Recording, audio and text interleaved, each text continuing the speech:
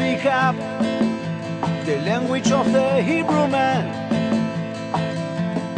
Loud and clear, the language of the Hebrew man.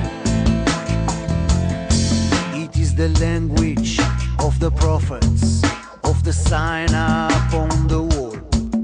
It is old and sacred. It will open up your soul. Speak up the language of the Hebrew man. Loud and clear, the language of the Hebrew man. From the deepest mess of downtown Babylon, it will take you to the next train to Mount Zion. It will get you up, it will make you fly. The language of the Hebrew man will take you high.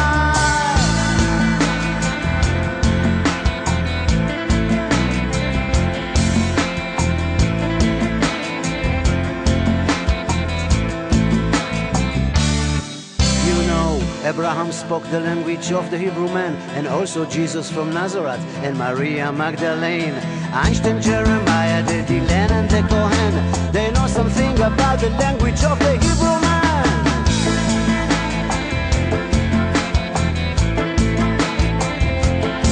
And when the Lord said, let there be light, it wasn't the language of the Hebrew man. And when Moses said, let my people go, it wasn't the language of the Hebrew man. Speak the language of the Hebrew man. Speak the language of the Hebrew man. Speak out. Speak the language of the Hebrew man. Speak the language of the Hebrew man.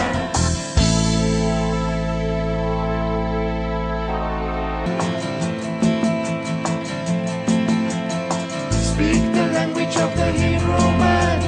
Speak the language of the Hebrew man. Speak the language of the Hebrew man.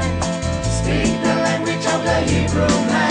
והיה ביומו יבוא אחד בשם אחד, יכירו וידעו כל העולם שפה אחת. לאט נבנה הבית קו לקו ועוד לעוד, על נא תאמר לי ביי ביי, אמור רק להתראות. Speak the language of the Hebrew man. Speak the language of the Hebrew man. Speak the language of the Hebrew man. Speak the language of the... Built in 10 BC for the Acton Games, this arena housed athletic games, chariot and horse races, and gladiator battles every 4 years. Herod is given credit with being the first to give out the gold, silver, and bronze medals as prizes.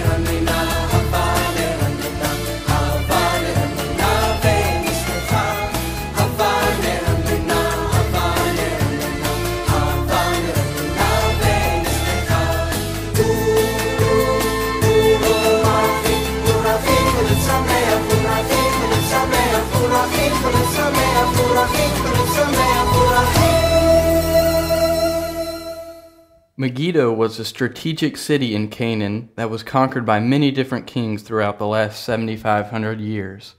Notable people who were here include King Ahaziah, Solomon, Ahab, and it's the place where King Josiah was killed.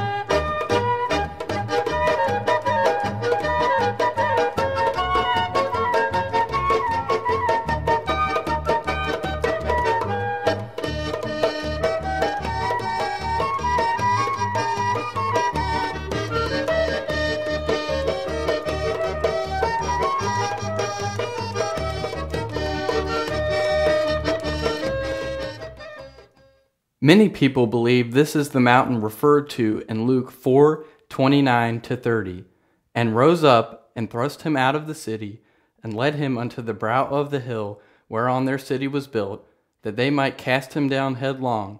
But he, passing through the midst of them, went his way. Evenu shalom alechem, Evenu shalom alechem, Evenu shalom alechem, Evenu shalom, shalom, shalom alechem, Evenu shalom alechem, Evenu shalom alechem, Evenu shalom alechem, Evenu shalom, shalom, shalom alechem.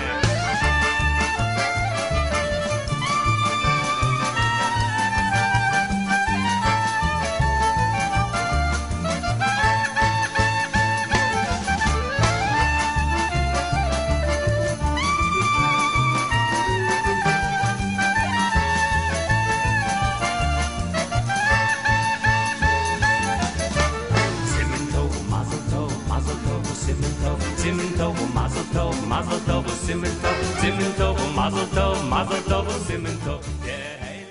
To escape persecution from King Herod, Jews would hide in caves on the side of the cliff. Herod had huge steel cages made and would put soldiers in them with fiery arrows and long poles with hooks on the end. He would tie ropes to the cages and lower them down to the opening of the caves. His soldiers would then shoot at the Jews, and if they tried to flee, the soldiers with long hooks would jerk them off the side of the cliff. Here's the Sea of Galilee. And they say right through here, in this area, is the pathway that Jesus would have taken on his way to the Sea of Galilee. And this is where most of the New Testament took place, right and around in this area. It was on a stormy night as we tried to stay afloat. We saw the strangest sight as we watched another boat. The fishermen inside cried to someone, "We're rocking on the waves." Then we thought we saw a figure with the moonlight shining down. He walked upon the waves, he didn't sink, he didn't drown. And then he stilled the water and he shouted, "It is I, be not afraid." There were footprints on the water. Who's that walking on the sea? There were footprints on the water. Looks like the Son of God to me. Master of the storm, commander of the wind. We'd seen him on the shores of Galilee.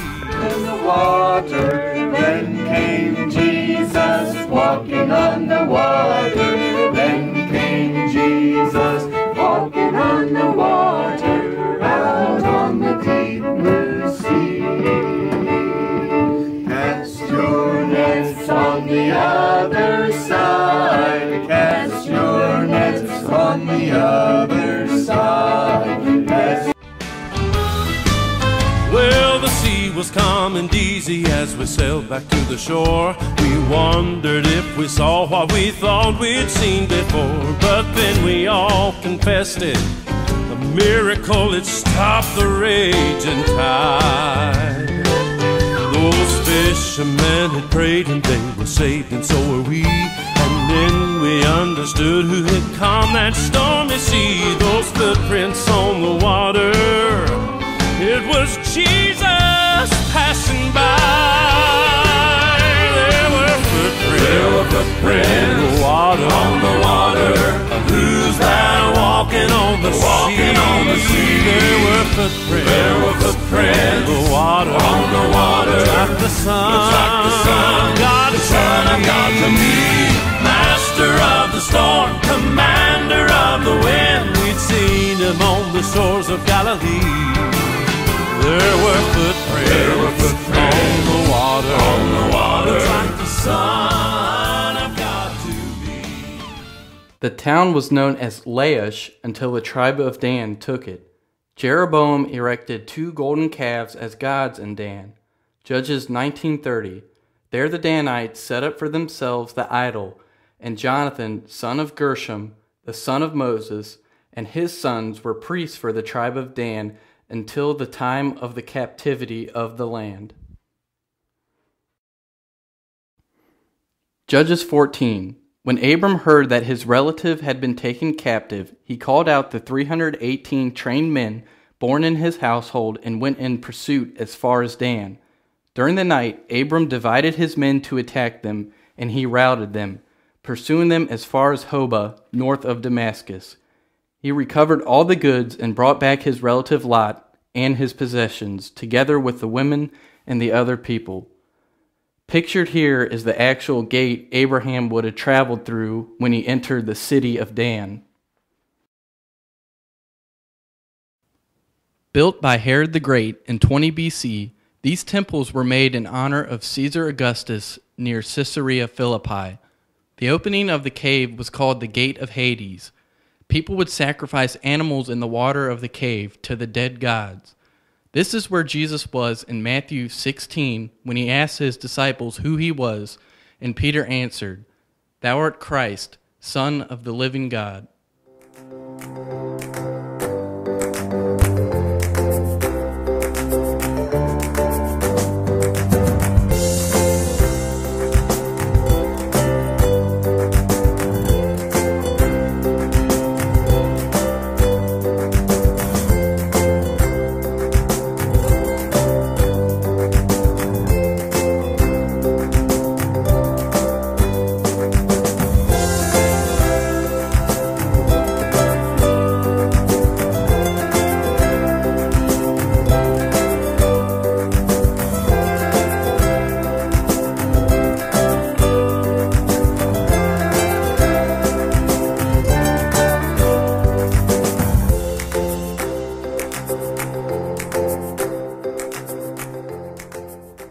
John 21. After these things, Jesus showed himself again to the disciples at the Sea of Tiberias, and on this wise showed he himself. They went forth and entered into a ship immediately, and that night they caught nothing. But when the morning was now come, Jesus stood on the shore, and he said unto them, Cast the net on the right side of the ship, and ye shall find. They cast therefore, and now they were not able to draw it for the multitude of fishes.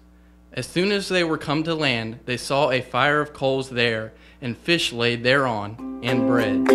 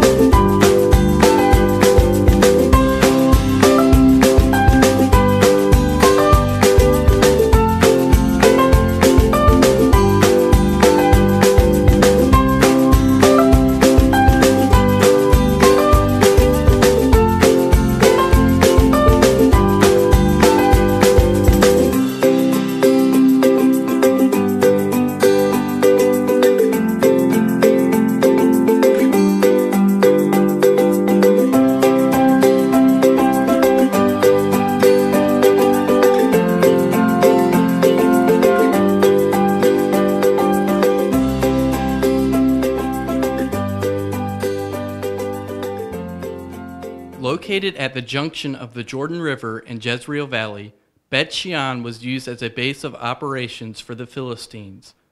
1 Samuel 31 states that the victorious Philistines hung the body of King Saul on the walls of Bet Shean. King David later recaptured Bet Shean for Israel.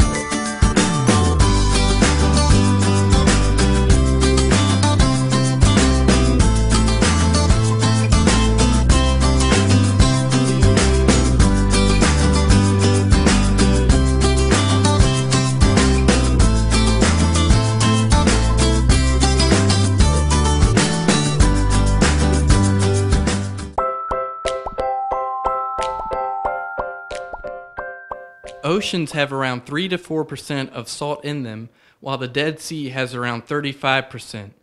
This is because of three major factors. The first, the Dead Sea has no outlets for the salt and minerals to exit.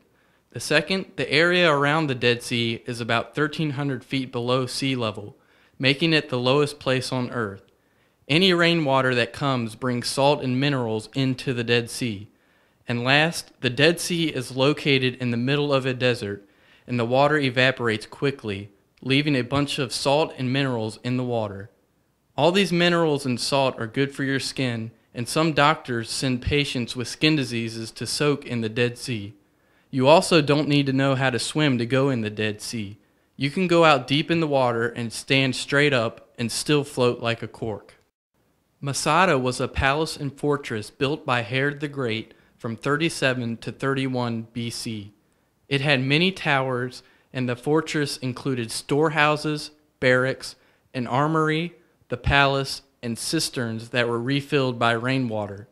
3 narrow, winding paths led from below up to the fortress gates. I've read about the mountains God removes for his children, of miracles his loving hands provide. What really got my hands upraised, made me have to shout his praise, was the day I could say he is mine. Well, he's a mountain mover, he's a sea walker, the lily in a desert dry, a rose in the wilderness. Let me tell you who he is. This old sinner testifies he is mine. Me and Dennis decided to walk down the hills of Masada, where Herod built a fortress on top. Later the Romans took it over, and some Jewish zealots took it over, and they lived here for about 4 years, no, more like 6 years, I think he said. And then the Romans came, and they managed to break down their wall. They built a big ramp to break down their wall. And instead of the Jewish people giving up to them, they killed their own families and eventually killed themselves before the Romans were able to break in and make them slaves. Now we have a long walk down. In 1946, the first of the Dead Sea Scrolls were found in Qumran in this cave. A shepherd was looking for a lost sheep when he happened to see them. The people who lived at Qumran and its environs were members of a Jewish sect affiliated with the Essenes. They comprised the Jewish society of the land of Israel in the late Hellenistic Roman period, from the rise of the Hasmoneans until the destruction of the Second Temple.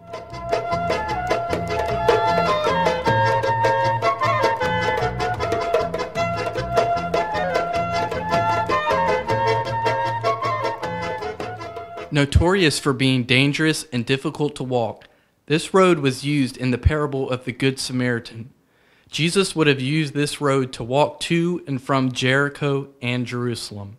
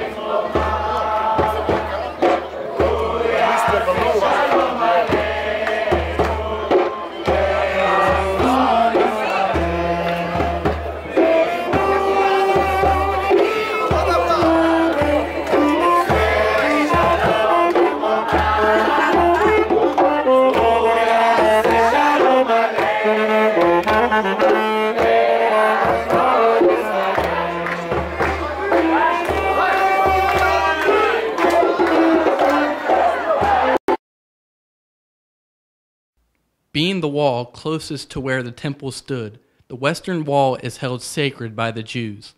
They pray by it, leave written prayers in the cracks, and worship here. The left side of the wall is closest to where the temple was, and women aren't allowed on that side.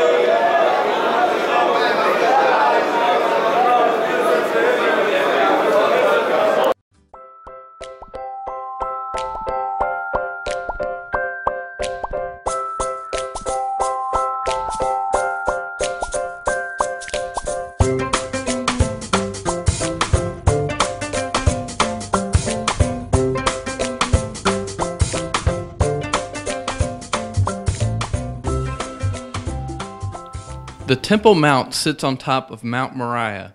This is the mountain where Abraham offered up his son Isaac. Solomon built the first temple here, and King Herod had plans for a second temple. But the plans for the second temple were bigger than the mountain itself. Instead of making the temple smaller, he had his workers make the whole mountain bigger. The site is also holy for Muslims because this is where they believe Muhammad ascended to heaven. Here they built the Dome of the Rock in the 7th century. There is a lot of conflict on the Temple Mount, having holy sites for both Muslims and Jews. Both Israel and the Palestinian Authority claim sovereignty over it, and it remains a major focal point of the Arab-Israeli conflict. On the Temple Mount, the Palestinian guards are not allowed to have any type of weapons, while the Israeli guards are armed with assault rifles. This next video clip was taken while we were on the Temple Mount. The Muslim women came around us and shouted, "Allah Akbar," meaning God is greatest. It's possible that they were just doing this to scare us away, or they were trying to start a riot. Either way, we left.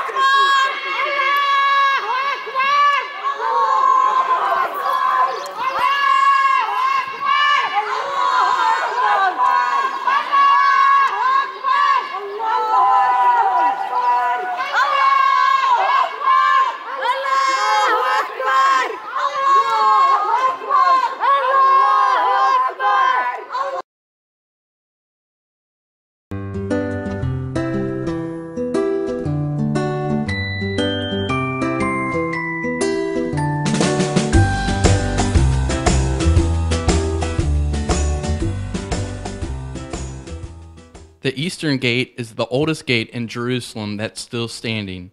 It is believed to be where Jesus entered the city on Palm Sunday. In 1541, the Ottomans sealed the gate shut. The Jews believe the gate will be opened again by the Messiah. Ezekiel 44, 1-3. Then he brought me back the way of the gate of the outward sanctuary, which looketh toward the east, and it was shut. Then said the Lord unto me, This gate shall be shut. It shall not be opened, and no man shall enter in by it, because the Lord, the God of Israel, hath entered in by it. Therefore it shall be shut. It is for the prince. He shall sit in it to eat bread before the Lord. He shall enter by the way of the porch of that gate, and shall go out by the way of the same.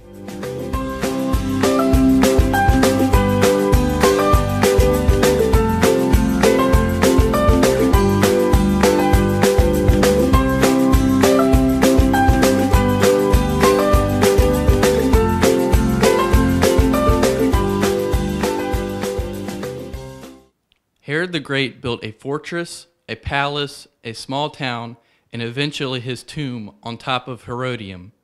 The highest peak in the Judean desert, the hill on which Herodium was built, is mostly man-made.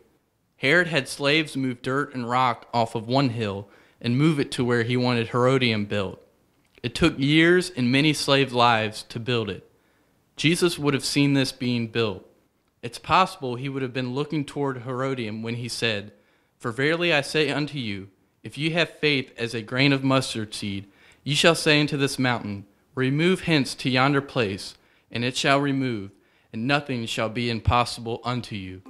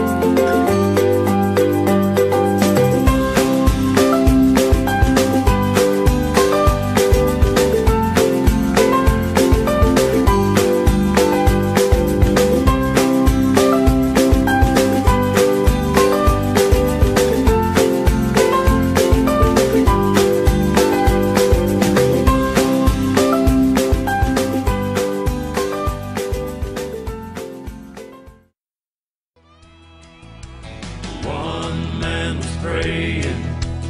3 men were sleeping. 1 was betraying the sinless Son of God. They'd left that Last Supper, gone away from all the others. Jesus and Judas, Peter, James, and John. Jesus and Judas, Peter, James, and John. Jesus chose 12 men, almost all of them were faithful. 3 were highly favored, Peter, James, and John. One of them was different, never saved and just pretending. In the darkness of the garden, who could be depended on? 1 man was praying, 3 men were sleeping.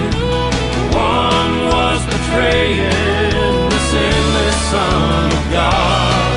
They left that Last Supper, gone away from all the others.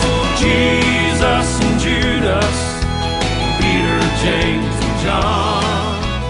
Jesus and Judas, Peter, James, and John. These people are laying down against a stone where traditions say that Jesus' body was laid right after he died. People rub crosses, clothing, souvenirs, and even their cell phones against the stone in order to receive a special blessing on the object.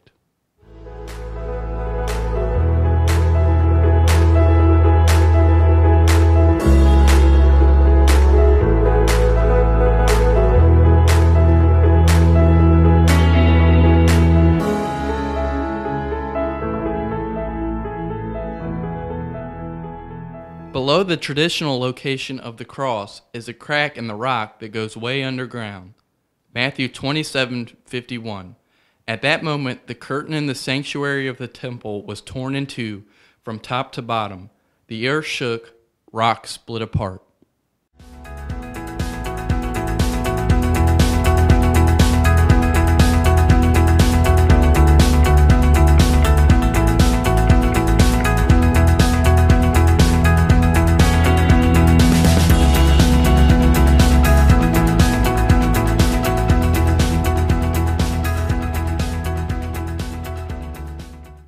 Unearthed in 1862, the Garden Tomb is considered by many to be the real place of the crucifixion and burial of Jesus.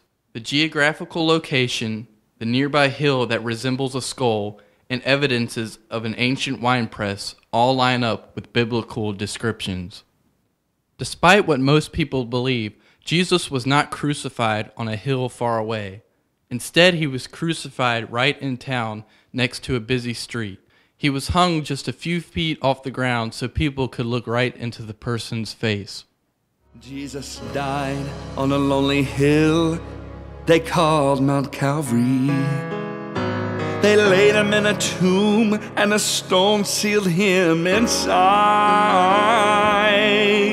But 3 days later, when the women came, shocked and excited, when they reached his grave, they ran back to town and everybody heard them cry.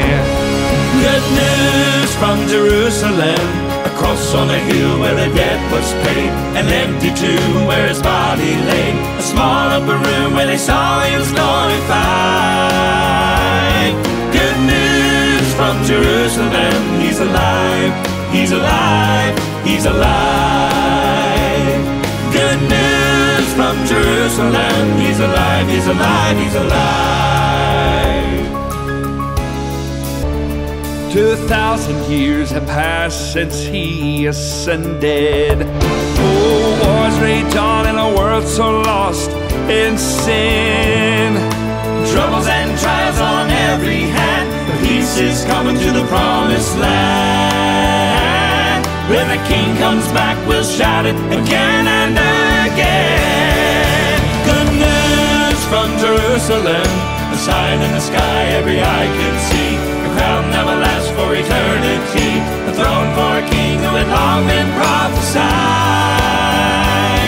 Good news from Jerusalem, he's alive, he's alive, he's alive. Good news, he's alive. A sign in the sky every eye can see, a crown that will last for eternity, a throne for a king who had long been prophesied. Good news from Jerusalem, good news from Jerusalem, good